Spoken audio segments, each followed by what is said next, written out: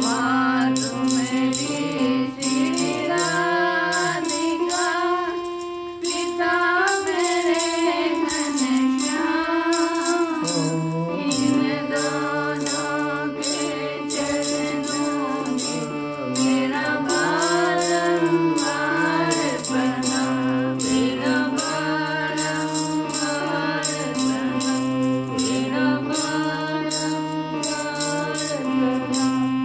कथा प्रारंभ होत है।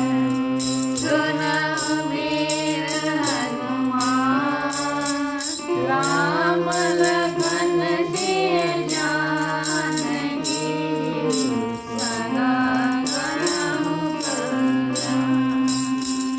जय श्री कृष्ण श्रीमन नारायण नारायण नारायण श्रीमन नारायण नारायण नारायण।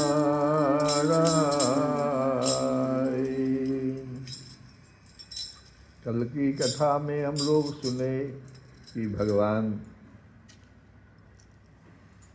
बाहर भी हैं, इस शरीर के बाहर भी हैं और शरीर के भीतर भी हैं। तो कुछ उदाहरण से हम लोग समझे थे, जिनमें ध्रुव जी का उदाहरण, नारद जी का उदाहरण, सुतीक्ष्ण जी की कथा भी बहुत सुंदर है। अगस्त जी के परम शिष्य थे सुतीक्ष्ण जी। भगवान में बहुत प्रेम, निश्चल प्रेम जिसको कहते हैं, अनन्य भक्ति और समर्पण के प्रतीक थे। तो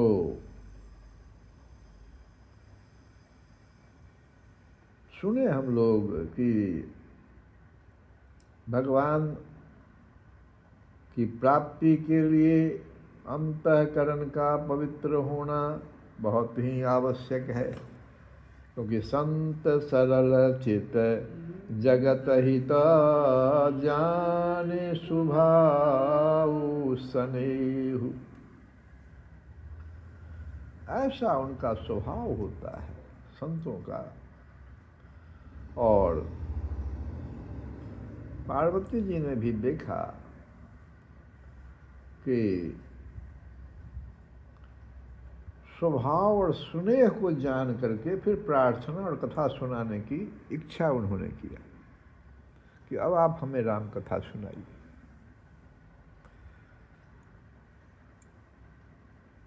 अंतःकरण जिसका पवित्र होगा वही जो है राम कथा को, कृष्ण कथा को सुना सकता है। क्योंकि जो पारस है ना, पारस पत्थर बड़ा दुर्लभ है। ऐसे जो संत होते हैं जिनका कि सरल चित्त हो, सरल चित्त का अर्थ ही है कि उनका अंतःकरण बड़ा पवित्र है। स्नेह भी उनमें बहुत, जब अंतःकरण पवित्र है तो स्नेह बहुत है, प्रेम बहुत है। जैसे सोचते हैं कि ये दुखिया जो संसार है उसको हम किस प्रकार से उसका दुख मिटा दें, राम की कथा को सुनाकर। पारस पत्थर से भी उनकी तुलना की जाती है। पारस पत्थर बहुत दुर्लभ है, लेकिन उसमें बड़ा भारी गुण है कि किसी भी लोहा को उसके पास ले जाइए तो उसमें वो उसमें परिवर्तन आता है। ऐसे जो संत सरल चित्त के हैं उनके पास जैसे भक्त कोई भी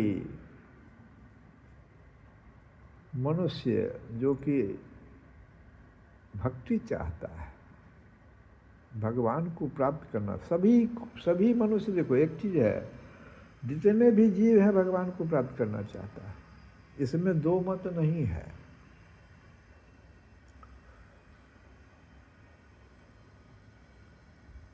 लेकिन उसको उस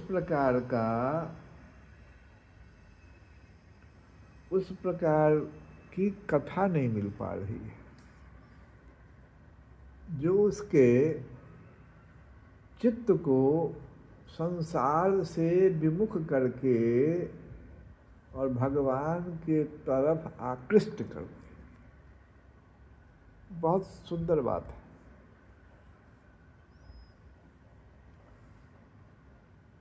सुतीक्ष्ण जी की जो कथा में है कि उनका देखो चित्त बड़ा सरल था। अगस्त्य जी के परम शिष्य थे, भगवान के प्रति अनन्य भक्ति। अनन्य भक्ति भी हम लोग एकमात्र उन्हीं की भक्ति, भगवान, और वो भी भगवान राम के प्रति, क्योंकि वही उनको मंत्र मिला था। तो अनन्य भक्ति थी और समर्पण का तो प्रतीक थे। तो क्या सिखाता ये प्रसंग, जब रामचरितमानस से सुतीक्ष्ण जी की कथा हम सुनते हैं तो वो सिखाता है कि कठिन तपस्या से भी ज़्यादा महत्वपूर्ण है, तप से भी ज़्यादा महत्वपूर्ण है ईश्वर के प्रति अटूट विश्वास।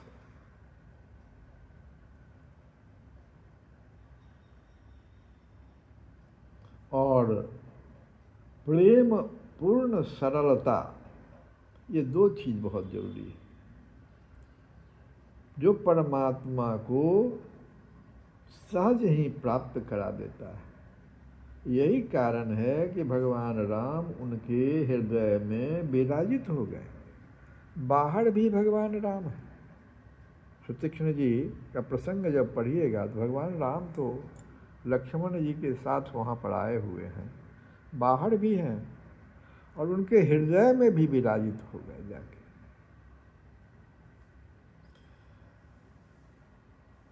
मन क्रम बचन राम पद सेवक। देखिए सुतीक्ष्ण जी के ये जो अंतःकरण की बात हुई, तो देखिए मन कर्म बचन राम पद सेवक,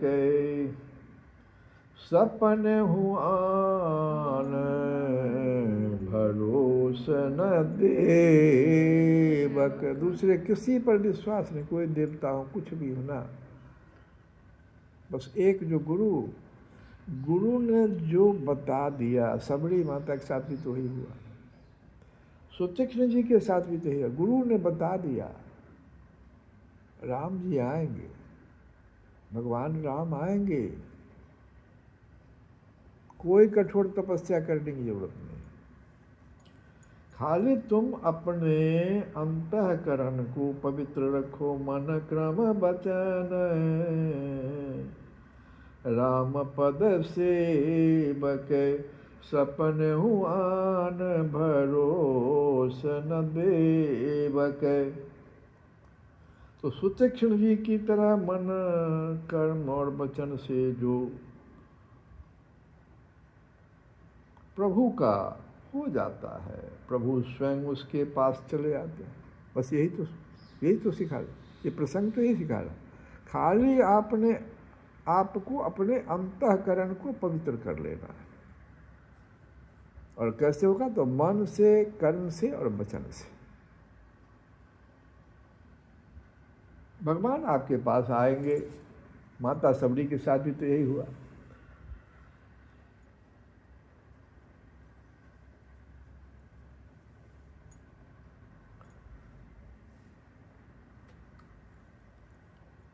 कथा में हम लोग सुने हैं कि भ्रांति कब हो जाती है, हम जब अपने को भूल जाते हैं। अपने को भूलने का मतलब है, आत्मा तो सच्चिदानंदमय है, लेकिन हम क्या मान लेते हैं? शरीर को ही आत्मा मान लेते हैं, जो जड़ है। शरीर का निर्माण कैसे हुआ? पंच महाभूतों से हुआ, तो ये तो जड़ है सब। आत्मा चेतन है, परमात्मा का अंश है। तो जब आत्मा शरीर को ही अपना मान लेता है, जो जड़ है उसी को अपना मान लेगा तो क्या होगा? रस्सी का भान होने लगेगा, जो है नहीं। कथा में हम लोग सुने थे कि इस घर में मान लो अंधेरा है और कुछ वस्तु है लेकिन उसका भान नहीं हो रहा है, लेकिन जो नहीं है, भूत प्रेत, कोई रस्सी है तो सर्प है शायद, जो नहीं है उसका जो भान हो जाता है। जैसे संसार, आत्मा में दुख नहीं है, संसार में दुख है, देह में दुख है, लेकिन देह को ही जब हम आत्मा मान लेते हैं, उससे तुलसी बाबा कहते हैं कि ये जड़ और चेतन के बीच में ग्रंथि जो पड़ गई है,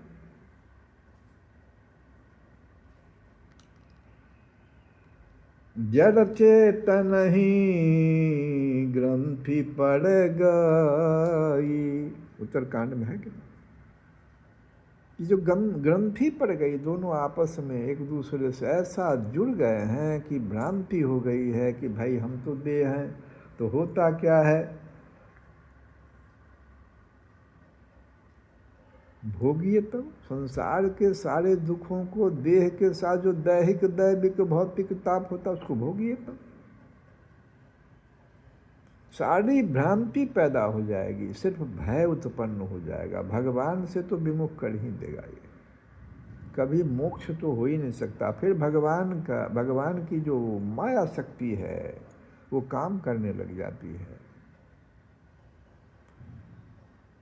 भगवान देखो हमारे साथ हमेशा हैं, एक मिनट भी नहीं छोड़ते हैं। जो हम इच्छा करते हैं उसकी पूर्ति करने के लिए वो तत्पर रहते हैं।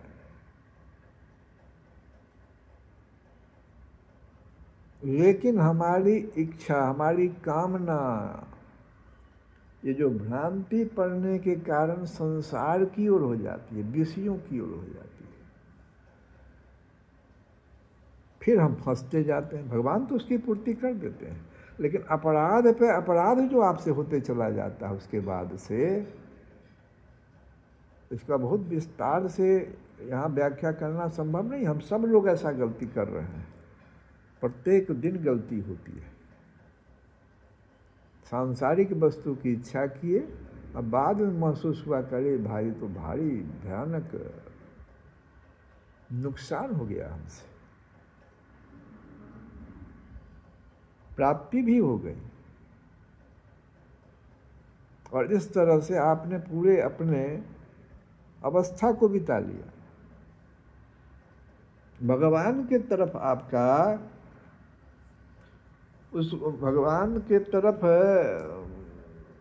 आपको किसी ने ज्ञान ही नहीं दिया। ये जो भ्रांति होती है, अंधकार, जो ये पहले ही बताया कि रूम में अंधकार है, पहला शर्त क्या है? अंधकार है। ये भ्रांति कब पड़ती है? जब हमको ज्ञान नहीं है। और ये ज्ञान का एक ही साधन है जो कि श्रीमद्भागवत की जो ये कथा है, जो कि भगवान कृष्ण का वांगमय शरीर है, इसको हम अगर कानों से भीतर प्रवेश करावें, कथा जब हम सुनते हैं, एक दिन भी अगर कथा को हम अगर सुन लेते हैं तो क्यों ऐसा होता है कि नहीं, अब इस प्रसंग के बाद वाली प्रसंग क्या है उसको भी सुनना चाहिए। ये स्पष्ट बाध्य कर रहा है सोचने के लिए कि हर जीव भगवान को प्राप्त करना चाहता है।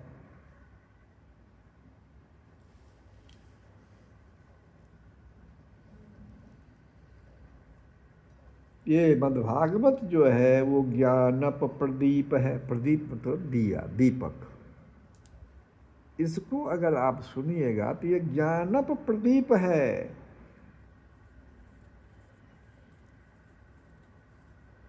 आपको अंधेरे में रस्सी में सांप दिख गया, अब वहाँ क्या कोई अस्त्र शस्त्र की जरूरत है? सिर्फ एक दिया जला दिया जाए उस जगह,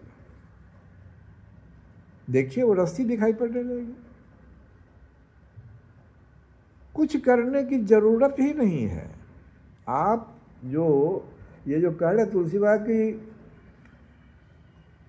जड़ चेतन या जड़ चेतन ही ग्रंथि पड़ गई, तो ये ग्रंथि कैसे छूटेगा भाई? इस ग्रंथि को, ये जो बंधन में एक दूसरे से जड़ और चेतन में जो ग्रंथि पड़ गई है, गांठ हो गई है, इसको कैसे ही खुलेगा? कोई तलवार से तो खुलेगा नहीं, ये ज्ञान से खुलेगा। सिर्फ इतना ही ज्ञान हो जाए कि भाई एक जड़ है, एक चेतन है।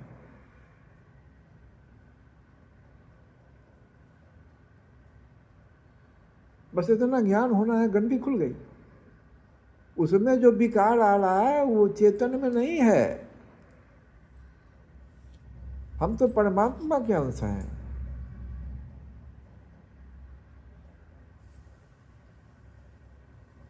तो ये प्रदीप है, ज्ञानप प्रदीप। मद्भागवत जो है ज्ञानप प्रदीप है। और सुखदेव जी, श्रीमद्भागवत, ये सब ज्ञानप प्रदीप ही हैं। तो और ये वांगमय विग्रह भी है भगवान का। इसको सुनने पर पाप ताप का निवारण हो जाता है। ऐसे ज्ञान प्रदीप को लखाने वाला, दिखाने वाला भी तो ज्ञान प्रदीप हुआ। बड़ा ध्यान देने की बात है। दिया है लेकिन दिखाई नहीं पड़ रहा ना हमको, कोई दिखाने वाला नहीं है। घर में तो रखा हुआ है। इसलिए सुखदेव जी को भी ज्ञान प्रदीप कहा गया। वो लखाने वाले हैं, दिखाने वाले हैं।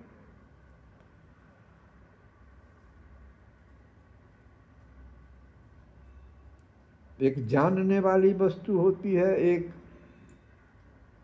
उसको जानने वाला होता है, उस वस्तु को जानने वाला होता है, और एक जनाने वाला होता है।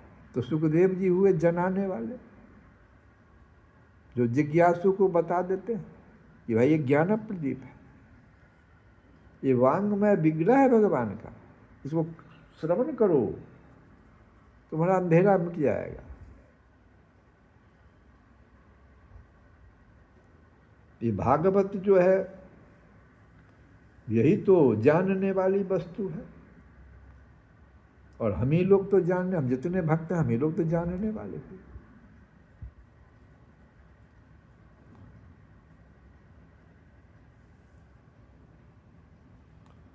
और ये जो प्रसंग है भागवत की, ये 3 जगह पे हो रही है। 3 श्रोता है और 3 वक्ता है। प्रमुख जो है, वैसे तो बहुत जगह है लेकिन प्रमुख एक है तुमको नैमिषारण्य में, दूसरा है सरस्वती तट पर, और तीसरा है गंगा जी के तट पर। कथा 3 जगह हो रही है। और तीनों का फल क्या मिला? सिर्फ जगह के बदलने के कारण, और वक्ता के बदलने के कारण, और श्रोता के सुनने में जो कमी हुई होगी उसके कारण तीनों जगह का फल अलग अलग। ये जो हम लोग सुनेंगे पूरी कथा जब श्रीमद् भागवत का, तो श्रोता, वक्ता और स्थान तीनों का महत्व हो जाता है। लोग कहते हैं ना कि हमको इसका फल दिखाई नहीं पड़ रहा है, इसको समझने के लिए फिर ये 3 चीज़ पर भी ध्यान देना है। खास करके जो नैमिषारण्य में कथा हो रही, 88,000 ऋषि सुन रहे हैं, सूत जी कथा कह रहे हैं, लेकिन वहाँ संकल्प गलत था। संकल्प क्या था कि हम लोग यज्ञ करें, यज्ञ को प्रधान उन्होंने कर दिया था। यज्ञ करने के बाद जो समय बचेगा तो हम सूत जी से कथा सुनेंगे। फल भी वैसा ही ना। और सुखदेव जी सुना रहे हैं गंगा तट पर, देखो परीक्षित 7 दिन में उनकी मुक्ति हो रही है। कैसी कथा थी वो, कैसे वक्ता थे, कैसा श्रोता। संकल्प लेकर के वक्ता भी आए। ऐसा देखो कि देवता लोग वहां आ गए, अमृत का कलश लेकर के आ गए। लेकिन देवताओं में एक कमी है, अभिमानी होते हैं वो लोग। अगर वो करते कि कलश को, अमृत के कलश को रख देते और उतने लोग सुन रहे थे, सुखदेव जी ये नहीं कहते कि आप लोग उठ के चले जाइए, आप लोग देवता लोगों के लिए ये नहीं है, ऐसा नहीं कहते। वो व्यापारियों की तरह व्यवहार कर दिया देवताओं ने आकर के। सुखदेव जी से कहते हैं कि आप अब इस कलश को, इस अमृत कलश को ले लीजिए, लेकिन इस कथा को आप हमारे यहाँ ट्रांसफर कीजिए, यहाँ नहीं सुनाइए।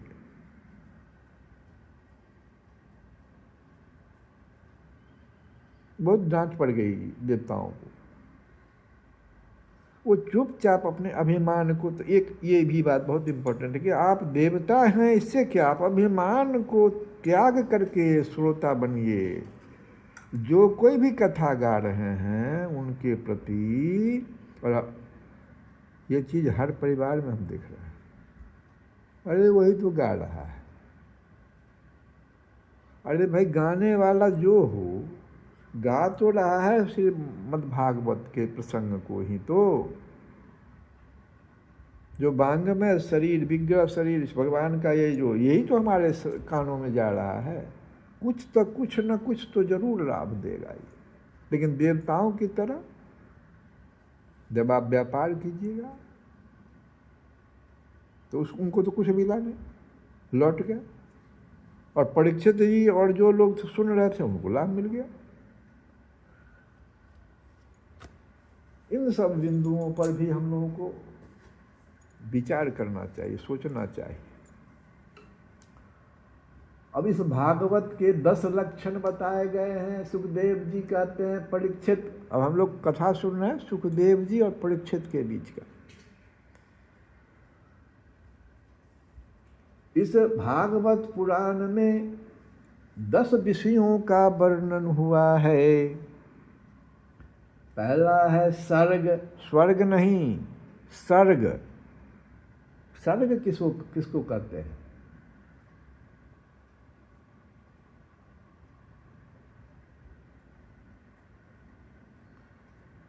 ये सर्ग का मतलब होता है ईश्वर की प्रेरणा से गुणों में क्षोभ होकर रूपांतर होने से जो आकाश आदि पंचभूत, शब्दादि तन्मात्राएं, इंद्रियां, अहंकार और महत्त्व की उत्पत्ति होती है, उसी को सर्ग कहते हैं। हम लोग इसको सुने कि किस प्रकार से ये जो पंच महाभूत का निर्माण कैसे हुआ। सबसे पहले तो ईश्वर की प्रेरणा हुई कि हम एक से अनेक हो जाए। एक बात है कि अगर मान लो किसी जीव को, मनुष्य है कोई, हम ही लोग हैं इसमें से कोई एक को कहा जाए कि तुम अकेले ब्रह्मलोक में अकेले जाके रहो, तो या मंगल में चले जाओ या चंद्रमा पर अकेले जाके रहो, तो कोई भी जाने के लिए शायद तैयार नहीं होगा। उसको कितना भी लोभ दे दिया जाए, पूरे पृथ्वी साम्राज्य दे दिया जाए कि तुम इसको ले लो, लेकिन तुमको रहना है चंद्रमा पर जाकर के, तुमको रहना है कहाँ, मंगल पर, अकेले जाना है। तो जब हम लोग अकेले नहीं रहना चाहते,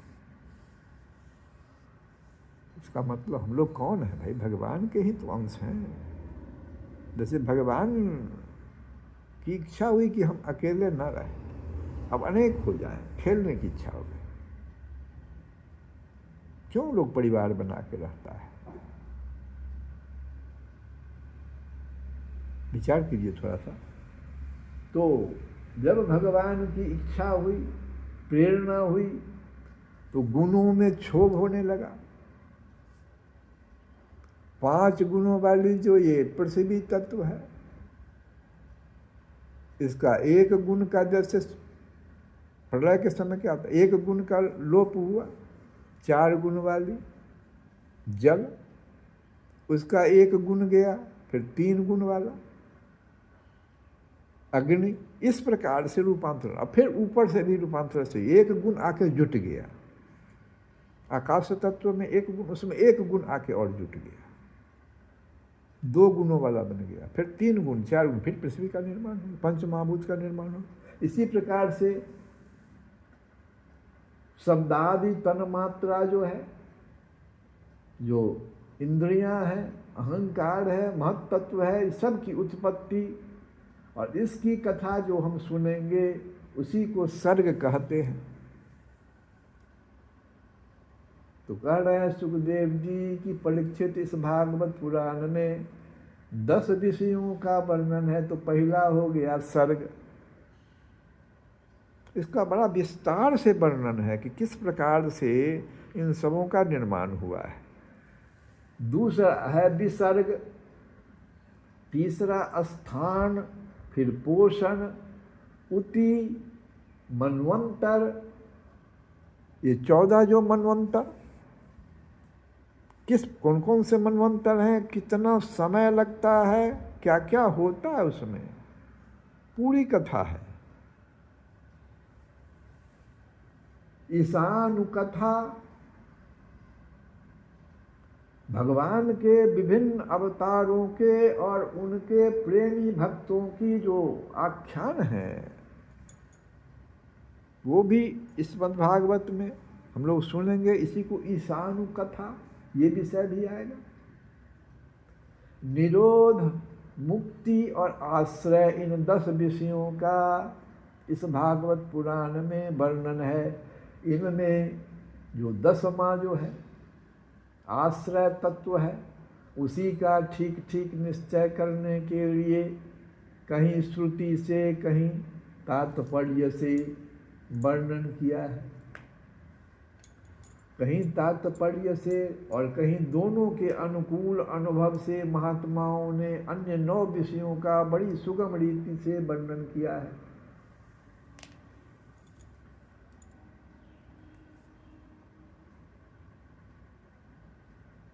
हम लोग इस कथा को